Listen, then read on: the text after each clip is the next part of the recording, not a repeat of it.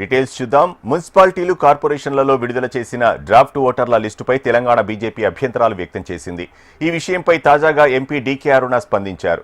Draft voter list తప్పుల తడకగా ఉందన్నారు. చిత్తశుద్ధి ఉంటే ఫోటోలతో కూడిన ఓటర్ లిస్టును విడుదల చేయాలని డిమాండ్ చేశారు.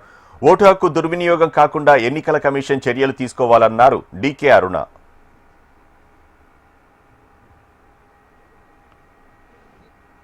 అరే నా వార్డు నేను ఈ వార్డులో ఓటు పెట్టుకుంటే ఇంకో వార్డులకు పోయిందని అంటే రకరకాలుగా మనం ఫస్ట్ టైం చూడడం లేదు.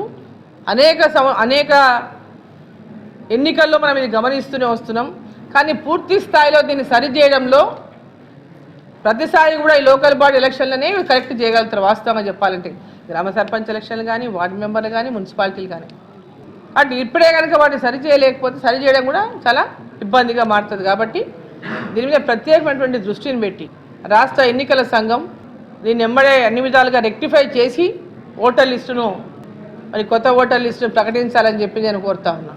అధికారులు కూడా, జిల్లా అధికారులు కూడా దీనిపైన ప్రత్యేక దృష్టి సారించి ఎక్కడ కూడా ఎలాంటి ఫిర్యాదులు వచ్చినా ఆ ఫిర్యాదుల పట్ల వెంబడే స్పందించి వాటిని అన్నిటి కూడా సరిచేసేటటువంటి విధంగా అధికారులు కూడా పూర్తి తమ యొక్క సమయాన్ని కేటాయించి వీటి దృష్టి సారించాల్సిన ఈ సందర్భంగా నేను కోరుతా ఉన్నాను.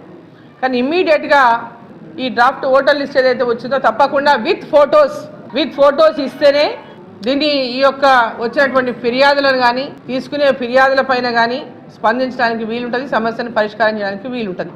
కాబట్టి స్టేట్ ఎలక్షన్ కమిషన్ దీనిపైన కూడా వెంబడే దృష్టి సారించి ఫొటోస్తో సహా ఆ లిస్టును విడుదల చేయాల్సిందిగా నేను కోరుతాను.